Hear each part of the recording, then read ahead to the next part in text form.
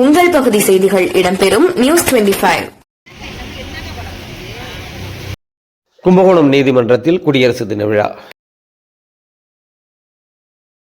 குடியரசு தின விழா கும்பகோணம் ஒருங்கிணைந்த நீதிமன்றத்தில் கொண்டாடப்பட்டது.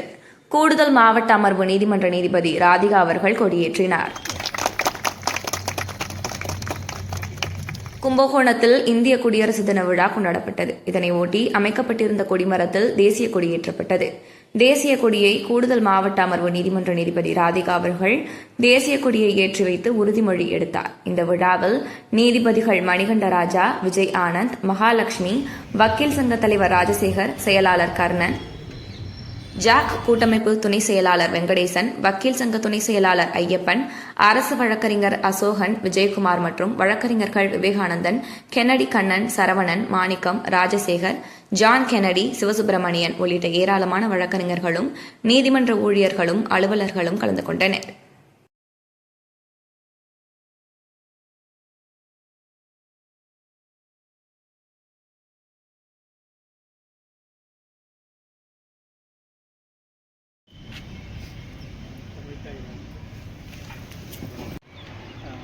தொழிலாளர் நீதிமன்ற